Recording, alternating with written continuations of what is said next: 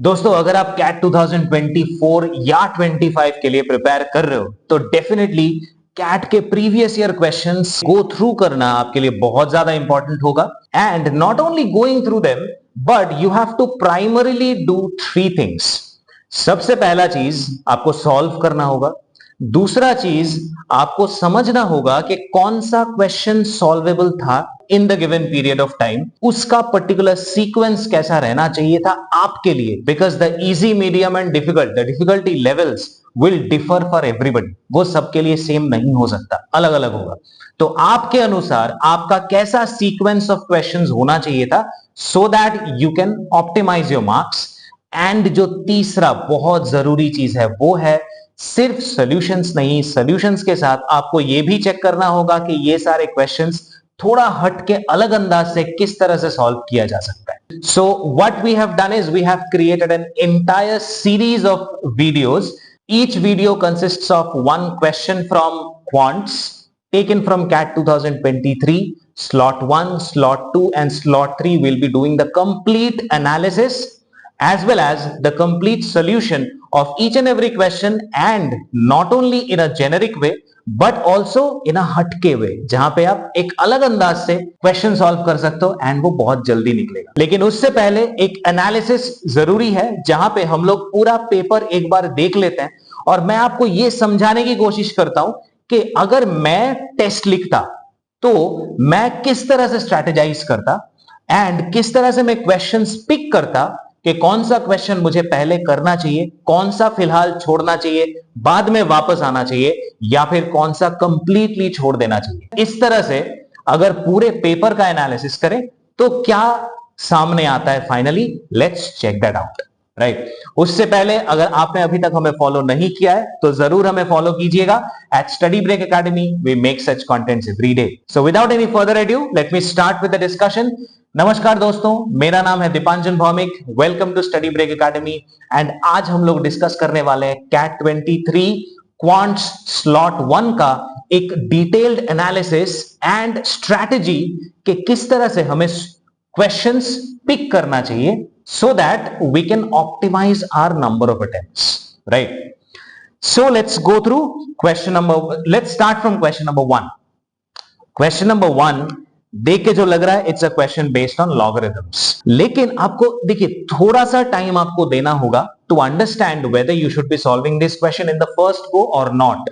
मेरे हिसाब से आप पूरे क्वेश्चन पेपर को 3 हिस्सों में डिवाइड कर दीजिए। आपका जो 40 मिनट का सेक्शन है उसको आप 3 हिस्सों में डिवाइड कीजिए।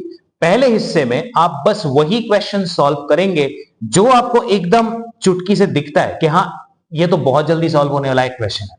Those questions will be easy for you. आप वो सारे क्वेश्चंस मार्क करके रखिए कि हमें इस क्वेश्चन में वापस आना है। दोज क्वेश्चंस आर लाइक जहां पे there are multiple approaches possible, and not only that जिसका मे बी आपको अप्रोच पता है लेकिन आगे जाके क्या होने वाला है वो आपको नहीं पता, या फिर आपको लग रहा है कि मे बी ये थोड़ा लेंदी हो सकता है। Right, all these questions come under medium difficult level. And difficult level जो थर्ड पार्ट है, difficult level will be all those questions जहां पे शायद आपको नहीं मालूम कि कहां से शुरू करना है, या फिर शायद आपको दिख रहा है कि इसमें बहुत ज्यादा काम है, बहुत कुछ करना है, तो ये डेफिनेटली पहले करने लायक क्वेश्चन तो है नहीं, या फिर आपको क्वेश्चन ही समझ में नहीं आ रहा है कि क्वेश्चन में बोला क्या है, what are they talking about, I have absolutely no idea. So let's divide the entire paper, all the questions into these 3 parts. पहले देखते हैं पहले पार्ट में, पहले गो थ्रू में, पहले स्कैन में मुझे कौन कौन सा क्वेश्चन सॉल्व कर लेना चाहिए इन द फर्स्ट गो। तो सबसे पहला क्वेश्चन जो हमें दिख रहा है, if x and y are positive real numbers such that some logarithmic expression is given and 3 log x to the base y equal to 1, हमें x plus y का वैल्यू निकालना है। हमें बस इतना सा चीज देखना है कि ये जो इक्वेशन दिया है इसको सॉल्व करने के लिए मुझे क्या चाहिए। मुझे ऑलरेडी पता है x power 4 is equal to x square plus 12 आ जाएगा, जो मुझे क्वाड्रेटिक देगा, जहां से मुझे x का वैल्यू मालूम चल सकता है। एंड दिस वन यहां पे मुझे पता है 3 log x to the base y equal to 1, तो 3 चला जाएगा x के पावर में and y will be equal to x cube. तो ये भी बहुत आसानी से ब्रेक डाउन करने वाला एक इक्वेशन है। तो दोनों इक्वेशंस में बहुत आसानी से ब्रेक डाउन कर सकता हूं एंड उनसे जो आउटपुट निकलेगा वो सॉल्व करना भी मेरे लिए आसान है। तो definitely this should be one of the questions which you attempt on the first go. Let's move on to the next one. Next one says if x and y are real numbers such that an expression is given, right? Then the value of x minus 2y. अब आप सोचिए x minus 2y आप कहां से लाएंगे?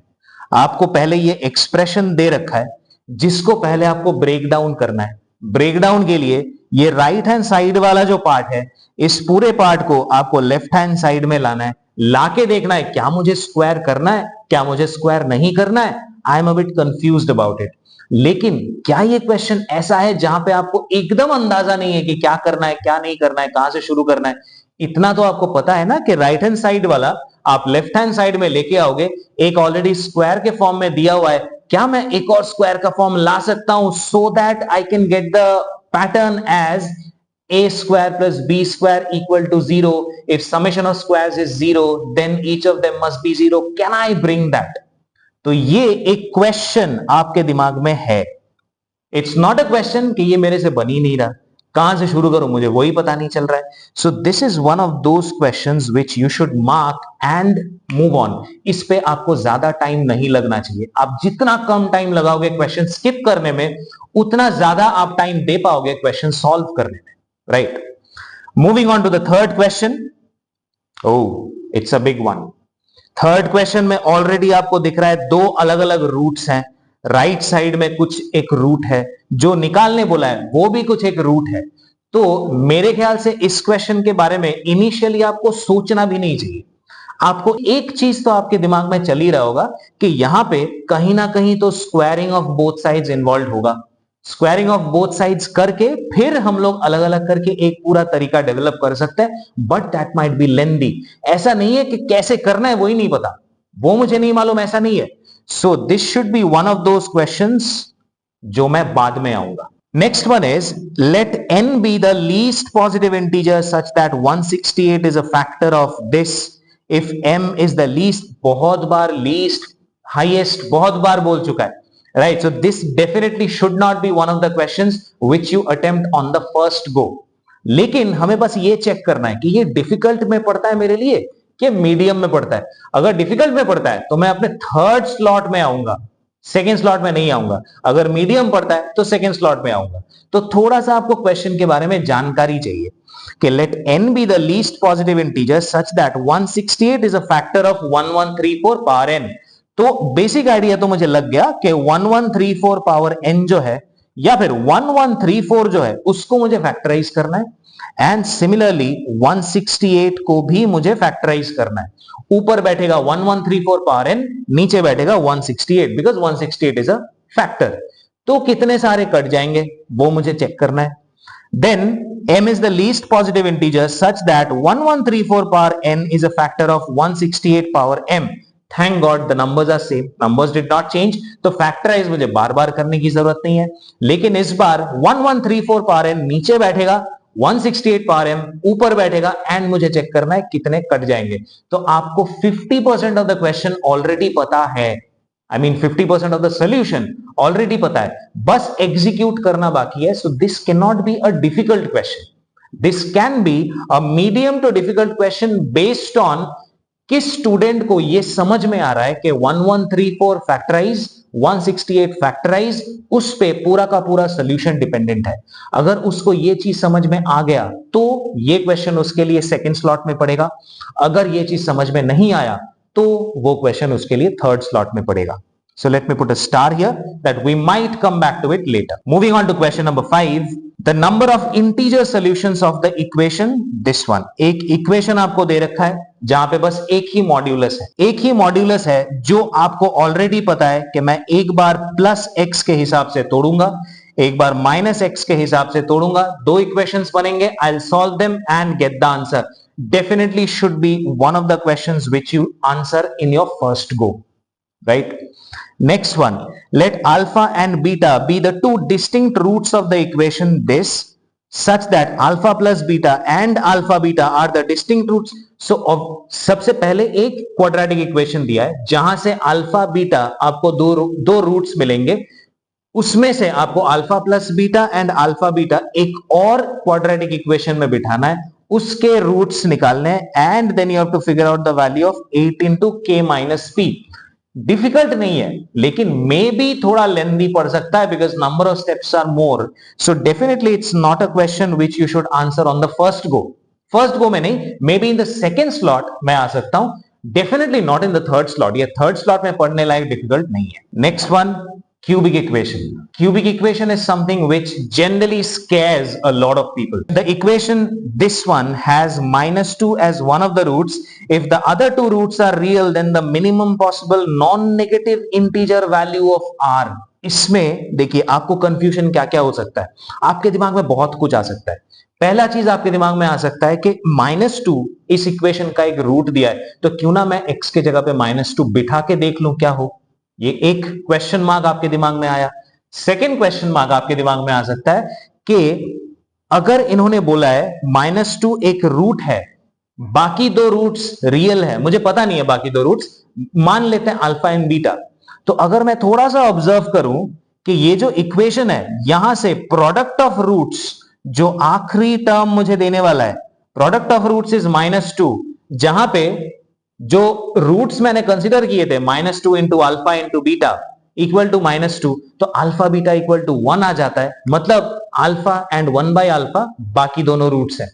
And अगर मुझे ये चीज पता है कि यहां से मुझे सम ऑफ रूट्स मिलने वाला है, यहां से मुझे some of product of routes taken 2 at a time मिलने वाला है, तो ये एक और तरीका आपके दिमाग में आ सकता है। वी स्टिल डोंट नो वहां से सोल्यूशन आएगा कि नहीं आएगा, we have absolutely no idea, लेकिन ये सारे तरीके आपके दिमाग में आ सकते हैं। एक और तीसरा तरीका आपके दिमाग में आ सकता है कि अगर -2 एक रूट है तो x प्लस 2 ऑब्वियसली इसका एक फैक्टर होगा, उससे क्यों ना डिवाइड कर दें, डिवाइड करने से मेरे पास जो क्वाड्रेटिक बचेगा उस क्वाड्रेटिक के रूट्स रियल हैं, सो b square minus 4ac must be greater than और इक्वल टू 0। यह है तीसरा पिक्चर जो आपके दिमाग में घूम रहा है, लेकिन आपको अभी तक पता नहीं है कौन सा है। So definitely it will be time taking, it will be complex, so definitely this question has to come in the third slot. अगर ये थर्ड स्लॉट में आता है तो मैं डबल स्टार मार्क करके रखता हूं कि इस पे मैं तभी आऊंगा अगर मेरे पास एम्पल अमाउंट ऑफ टाइम है, अगर नहीं है तो शायद मैं इस पे वापस कभी नहीं आऊंगा। Moving on to the next question. Brishti went on an 8-hour trip in a car. Before the trip, the car had traveled a total of x kilometer till then, where x is a whole number and is palindromic. That is, x remains unchanged when its digits are reversed. तो बृष्टि 8 घंटे का एक total journey करती है, लेकिन उससे पहले तक उसके गाड़ी ने x किलोमीटर ट्रैवल किया था, जहां पे x एक पैलिंड्रोम है। पैलिंड्रोम का डेफिनेशन उन्होंने बता दिया है, so not an issue. At the end of the trip, the car had traveled a total of 26862 kilometre. So 8 घंटे में बृष्टि ने 26862 किलोमीटर से x निकाल दीजिए तो बाकी जितना बचता है उतना डिस्टेंस कवर किया है। बस मुझे x के बारे में कोई आइडिया नहीं है। If Brishti never drove at more than 110 kilometers per hour, then the greatest possible average speed at which she drove during the trip. Greatest possible average speed, जहां पे आपको 4 ऑप्शंस ऑलरेडी दिए हुए हैं, राइट। मुझे बृष्टि का टाइम ऑलरेडी पता है 8 घंटा, तो क्यों ना मैं 4 ऑप्शन से मल्टीप्लाई करके निकाल के देखूं 26862 से वो नंबर माइनस करने से एक पैलिंड्रोम आता है कि नहीं। ये बेसिक आइडिया अगर आपके दिमाग में आ गया तो definitely this should be one of the questions which you solve on the first go. Question के साइज पे मत जाइए, ऐसा कभी भी नहीं हो सकता है कि क्वेश्चन का साइज बड़ा है मतलब डेफिनेटली वो डिफिकल्ट होगा, बहुत ज्यादा डेटा है। No, it might not be. Question difficult, single liner question भी डिफिकल्ट बन सकता है और एक बहुत बड़ा क्वेश्चन भी बहुत आसान बन सकता है। सो क्वेश्चन के साइज पे कभी भी मत जाइए। Moving on to question number 9, the minor angle between the hours hand and the minutes hand of a clock. This is a question given from clocks.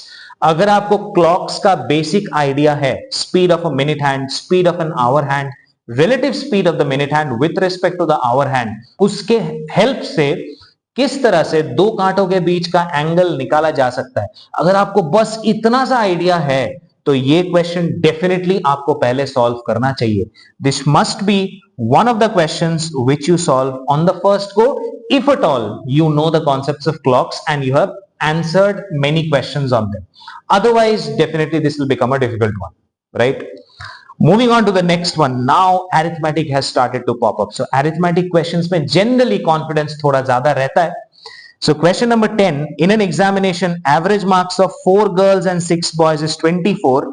Each of the girls has the same marks while each of the boys has the same marks. यहां तक तो कोई problem नहीं है, बहुत ही आसान है.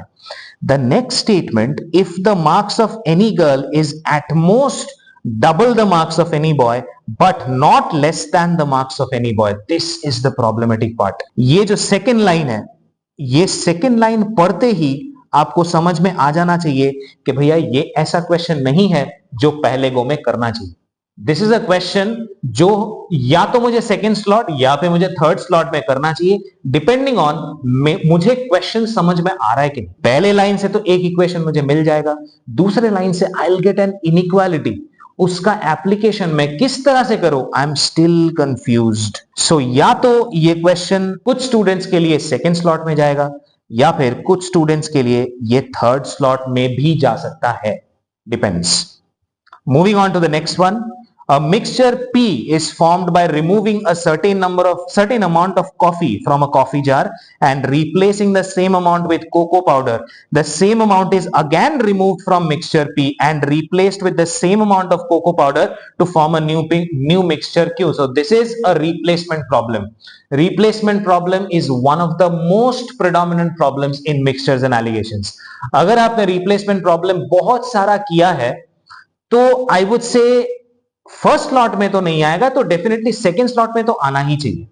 Second slot में ये क्वेश्चन आप दोबारा विजिट करोगे उस स्लॉट में ये क्वेश्चन डेफिनेटली आना चाहिए. पहले स्लॉट में नहीं बोलूंगा because there are lots of things you have to do here. पहले स्लॉट में बस वैसे ही क्वेश्चंस करेंगे जहां पे हमें डायरेक्टली दिख रहा है एग्जैक्टली क्या करना है. That's called the first slot question. Moving on to question number 12. Salaries of 3 friends, Sita, Geeta and Meeta are initially in the ratio 5, 6, 7. आप एक चीज ऑब्जर्व कीजिए, पूरे क्वेश्चन में कहीं पे भी कोई एग्जैक्ट वैल्यू नहीं है. एग्जैक्ट वैल्यू ना होने का मतलब है ये जो रेशियो दिया है, इस रेशियो से आप अपने आप से वैल्यू अज्यूम कर सकते हो. अज्यूम करने का परसेंटेजेस में सबसे आसान वैल्यू क्या है, 100. सो आप क्या करोगे, 100, 120 एंड 140 ये वैल्यूज लेके आप पूरा क्वेश्चन सॉल्व करना चालू करोगे. उसके बाद आपको बस परसेंटेज वैल्यूज बिठाते हुए जाना है. In the second year Sita and Mita get salary hikes of 40% and 25% respectively and the salary of Gita becomes this is the part, the salary of Gita becomes equal to the mean salary of the 3 friends. This is the line where some people might get confused. So accordingly ये क्वेश्चन I would say या तो किसी student के लिए first slot में आ सकता है या फिर किसी स्टूडेंट के लिए सेकेंड स्लॉट में आ सकता है. थर्ड में डेफिनेटली नहीं आएगा. तो या तो ये फर्स्ट स्लॉट का है या फिर सेकेंड स्लॉट का है, depending on your understanding of the entire question and your understanding on averages. Moving on, question number 13. Geeta sells 2 objects A and B at the same price. So profit and loss. 2 object बेचा है same price पे, एक पे 20% का profit है, एक में 10% का लॉस है. This is a very very basic question जो हम लोग जनरली क्लास में प्रॉफिट एंड लॉस समझाते टाइम भी समझाते हैं. If she increases the selling price such that the objects A and B are still sold at an equal price and a profit of 10% is made, definitely this should be one of the questions you should be solving on the first go. क्योंकि आपको selling price same करना है with 20% profit, 10% loss. उसके बाद article B में आपको 10% profit करना है एंड वही सेलिंग प्राइस आर्टिकल A के लिए भी रखना है. And you have to figure out how much is the profit percentage. So there is absolutely nothing that you have to do here. If you are good at taking percentages and ratio properly, then there is absolutely nothing left to do here. Arvind travels from town A to town B and Surbhi from town B to town A, both starting at the same time along the same route. After meeting each other, Arvind takes 6 hours to reach town B, Surbhi takes 24 hours to reach town A. Definitely should be solved on the first go because this is one of the most common concepts that is taught in time, speed and distance के दो लोग simultaneously start करते हैं, कहीं पे meet करते हैं, meet करने के बाद उनको कितना time लगता है to reach their destinations. If you remember the formula, t is equal to root over t1 into t2. Then this is a direct application of that formula. This question definitely should be done on the first go. Moving on to 15. Amount of job that Amal, Sunil and Kamal can individually do in a day are in harmonic progression. This is the problematic part that students might face. Many students will face problems here. Harmonic progression में इनके efficiencies के ratios हैं, उसको किस तरह से apply करें बाकी सब में, right? There is a question mark here. If there is a question mark here, I'll put it in the second slot के सेकेंड स्लॉट में आके चेक करेंगे कि ये बाकी मेरे से हो रहा है कि नहीं. अगर उसमें भी नहीं हुआ, क्यों? क्योंकि अरिथमेटिक है ना. अरिथमेटिक में जनरली बाकी के कंपैरिजन में थोड़े आसान क्वेश्चंस रहते हैं. तो I will come back to it later on and check whether वो मुझसे हो रहा है कि नहीं. अगर तब भी नहीं हुआ, then I will move ahead. इसको मैं थर्ड स्लॉट में डाल दूंगा. बट फिलहाल पहले गो में अगर मुझे हार्मोनिक प्रोग्रेशन के बारे में नहीं पता है तो ये नहीं करना चाहिए. अगर आपको पता है, still it depends how fluently you are able to interpret the entire question. उस पे डिपेंड करके आप या तो फर्स्ट स्लॉट में डालोगे या सेकंड स्लॉट में डालोगे. Next one is Anil invest 22,000 for 6 years in a certain scheme with 4% interest per annum compounded half yearly. तो एक चीज तो हमें समझ में आना चाहिए कि यहां पे परसेंटेज अप्लाई करके मुझे फंसना नहीं है. क्यों? क्योंकि 6 साल इंटरेस्ट लगाने में है, 4% पर एनम का इंटरेस्ट है एंड कंपाउंडेड हाफ ईयरली है.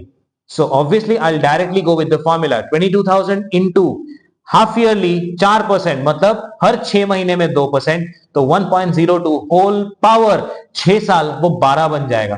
So 22,000 into 1.02 whole power 12. That's how I have to start the thinking process. अगर ये thinking process आपके दिमाग में पहले आ गया तो definitely this should be one of the questions you solve on the first go. अगर ये नहीं आया, if you are confused किस तरह से शुरू करें, तो maybe you can put it in the second slot. But ये third slot में जाने लायक definitely नहीं है. Moving on to number 17, coordinate geometry. Coordinate geometry दोस्तों is one of the most neglected topics in geometry. मैंने देखा है generally स्टूडेंट्स कोऑर्डिनेट ज्योमेट्री को कैट के पर्सपेक्टिव में उतना ज्यादा सीरियसली लेते नहीं है. लेकिन 2023 में आई एम लखनऊ ने ये दिखा दिया कि भैया आपको कोऑर्डिनेट ज्योमेट्री भी ढंग से करना होगा. Because not only coordinate geometry, they have given you a question on circles and not only circles. L be the locus of the point of intersection of a pair of tangents. तो इसके साथ भी बहुत कुछ है. तो अगर कोई ऐसा है कि उसको कोऑर्डिनेट ज्योमेट्री में ज्यादा कॉन्फिडेंस है नहीं, तो डेफिनेटली ये थर्ड स्लॉट में पढ़ने लायक क्वेश्चन है. और अगर आपने कोऑर्डिनेट ज्योमेट्री सॉल्व किया है, सर्कल सॉल्व किया है, तो आप इसको सेकेंड स्लॉट में डाल सकते हो. फर्स्ट स्लॉट में तो डेफिनेटली नहीं आएगा. Next one, a quadrilateral ABCD is inscribed in a circle such that AB is to CD 2:1, BC is to AD 5:4. देखिए, सबसे पहले यहां पे आपको डायग्राम ड्रॉ करना होगा ढंग से. उसके बाद आपको रेशियोज समझने होंगे प्रॉपरली. उसके बाद आपको सोचना होगा कि किस तरह से अप्लाई करें so that AE is to CE इसका वैल्यू हमें आ जाए. So number of processes are more. लेकिन अगेन, अगर किसी ने ज्योमेट्री में बहुत सारे क्वेश्चन सॉल्व किए, geometry specially circles, similarity of triangles, वो सब रिलेटेड बहुत सारे क्वेश्चन सॉल्व किए, तो शायद से वो पहले स्लॉट में ये कर सकता है. But I would suggest this will be one of the questions which you come back later on, not initially. Moving on, another geometry. In a right angle triangle ABC, the altitude AB is 5, base BC is 12. P and Q are points on BC such that the areas are in arithmetic progression. बहुत कुछ दिया है. So definitely this is not one of those questions which you should solve in the first go. Maybe in the second go, in detail थोड़ा करने के बाद हमें पता चलेगा whether it's in the third slot or not. But I don't feel like it's in the third slot. Mainly because of one particular point. They have given me that it's a right angle triangle where sides are 5 and 12. So वहां से मुझे area तो मिल जाएगा. And area of ABC is 1.5 times the area of ABP, तो मुझे ABP का भी area मिल जाएगा. And इन्होंने बोला है ABP, ABQ, ABC are in AP, मुझे ए बी क्यू का भी एरिया मिल जाएगा। तो अगर ये डॉट्स हम लोग कनेक्ट कर पाए पहले से, so I will put it in the second slot, if not in the first slot. कोई कोई ऐसा भी होगा ये फर्स्ट स्लॉट में कर देगा, but definitely it's not going to get into the third slot. Next वाला क्वेश्चन, दिखने में भले गंदा हो, दैट डजंट मीन वो क्वेश्चन बहुत गंदा है, राइट? सो एक बात देख लेते हैं, जांच कर लेते हैं। For some positive and distinct real numbers x y z, if this is the arithmetic mean of this and this, then the relationship which holds true। देखिए arithmetic mean अगर बता दिया है, so in general 3 टर्म इन्होंने AP में बता दिया, तो मुझे इतना तो पता है कि second term minus first term will be equal to third term minus second term. इतना मैं अप्लाई कर सकता हूं। अप्लाई करने के बाद शायद एल्जेब्रिक कैलकुलेशंस थोड़े बढ़ जाएं, बट डेफिनेटली मुझे ग्रास रूट लेवल में बेसिक तो पता है, which means I'll also place it in the second slot, not in the third slot। Third slot में जाने लायक डिफिकल्ट नहीं है। Next one, the number of all numbers up to 1000 with non-repeating digits। Okay, this is permutations and combinations, जो generally बहुत सारे students को difficult लगता है। जनरली अगर आपको लॉजिक ढंग से समझ में नहीं आता है तो वो क्वेश्चन ऑटोमेटिकली उसके लिए डिफिकल्ट बन जाता है, लेकिन किसी को अगर वो लॉजिक ढंग से समझ में आता है तो वो वही क्वेश्चन उसके लिए इजी भी बन सकता है, right? So this is one of those topics जहां पे इट कंप्लीटली डिपेंड्स अपॉन आपको कितना कॉन्फिडेंस है परम्यूटेशंस एंड कॉम्बिनेशंस में। जनरली अ प्रिपेयर्ड स्टूडेंट के लिए I would say this is a question which belongs to the second slot, लेकिन कुछ स्टूडेंट्स के लिए ये थर्ड स्लॉट में भी जा सकता है। So this question can be discarded also, right? अगर आप सॉल्व करने जाओगे तो शायद आपको समझ में आएगा कि 1000 के नीचे 3 डिजिट है, 2 डिजिट है, सिंगल डिजिट है, सारे डिजिट्स अलग अलग होने चाहिए, एंड कहीं पे जीरो का भी तो कॉन्सेप्ट है, बिकॉज जीरो आप पहले पोजीशन पे नहीं ला सकते हो, लेकिन बीच में और आखिरी पोजीशन में तो ला सकते हो। So there are complications involved here. So accordingly, I would say this question cannot be solved in the first go, but definitely either in the second slot if you are confident enough in PNC, or in the third slot if you think no PNC मेरे बस की उतनी बात है नहीं, मुझे उतना ज्यादा कॉन्फिडेंस उसमें है। The last question, a lab experiment measures the number of organisms at 8 a.m. every day. Starting with 2 organisms on the first day, the number of organisms on any day is equal to 3, more than twice the number on the previous day। पिछले दिन जितने सारे organisms थे उसका double plus 3 अगला term है, उसका double plus 3 अगला टर्म है। That's how they are moving on। If the number of organisms on the nth day exceeds 1 million, that is a problematic part, because मुझे already दिख रहा है क्या क्या काम आपको यहां पे करना है। सबसे पहले आपको टर्म्स समझना होगा, टर्म्स निकाल के समझना होगा। दूसरी बात, आपको सीरीज समझना होगा। टर्म्स निकालने के बाद what is the series all about, उस सीरीज को ऐसे फॉर्मेट में लाना होगा जहां पे आप nth टर्म ला पाओ। So it has to be a known series जिसमें आपको लाना होगा सो दैट आप समझ पाओ nth टर्म कौन सा है। उसके बाद वो nth टर्म आपको मिलियन तक पहुंचाना है, and you have to figure out the lowest possible value of n। There are many steps involved, there are calculations involved, and there is concept involved as well। So I'll put this question on the third slot directly। ये second slot में नहीं आ सकता। So अगर आप एक बार overall पूरा picture देखें कि पहला स्लॉट जो मैं बोल रहा हूं, जो कि ज्यादा से ज्यादा 15 से 18 मिनट तक हो सकता है, उससे ज्यादा आप अफोर्ड नहीं कर पाओगे। पहला जो स्लॉट है, उस पहले स्लॉट में आपने कितने सारे क्वेश्चन सॉल्व किए? ये हो गया 1, ये 2, ये 3, 4, 5, 6, 7। आपने 7 क्वेश्चन सॉल्व किए। अगर आपने 7 क्वेश्चंस करेक्ट सॉल्व किए तो आपको ऑलरेडी 21 मार्क्स आ चुके हैं।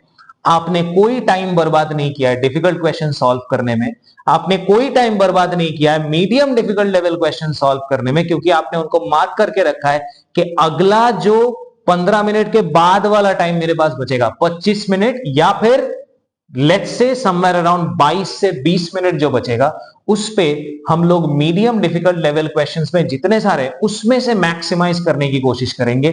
डिफिकल्ट लेवल क्वेश्चंस अगर उसके बाद भी मेरे पास टाइम रहता है तो ही मैं अप्रोच करूंगा, अदरवाइज मैं अप्रोच नहीं करूंगा। So this is how you can strategize your entire CAT paper so that you can optimize your number of attempts and आप अपनी गलतियां भी कम कर सकते हो, बिकॉज इनिशियल स्टेज में जब आपका माइंड एकदम फ्रेश रहता है उस टाइम पे आप आसान आसान क्वेश्चन करोगे तो गलती कभी नहीं करोगे. So you have to ensure on the first को I solve only those questions जो कि बहुत ही आसान है, चुटकी में मुझे दिख रहा है वही सारे क्वेश्चंस करेंगे. उसके बाद वाले स्लॉट में मैं आऊंगा वो सारे क्वेश्चंस करने के लिए जिसपे मुझे आइडिया है, लगता है थोड़ा बहुत आगे जाएंगे तो सॉल्व हो जाएगा, कॉन्सेप्ट मुझे पता है, या फिर मे बी थोड़ा सा कैलकुलेशन इन्वॉल्व है, but I know what the story is all about. वो सारे क्वेश्चंस मैं करूंगा सेकंड स्लॉट में.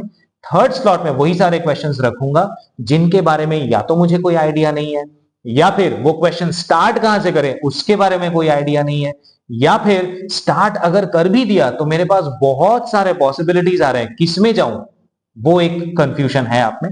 वो सारे आप थर्ड स्लॉट के लिए छोड़ दीजिए. सो दोस्तों, उम्मीद है आपको ये वीडियो अच्छा लगा होगा, इंफॉर्मेटिव लगा होगा. I have tried my best to share my own experience of CAT exams. And अगर आपके दिल में कोई भी क्वेश्चन है, कोई भी सुझाव है, अगर आपके मन में कोई भी डाउट है regarding your CAT preparation, you can always contact us.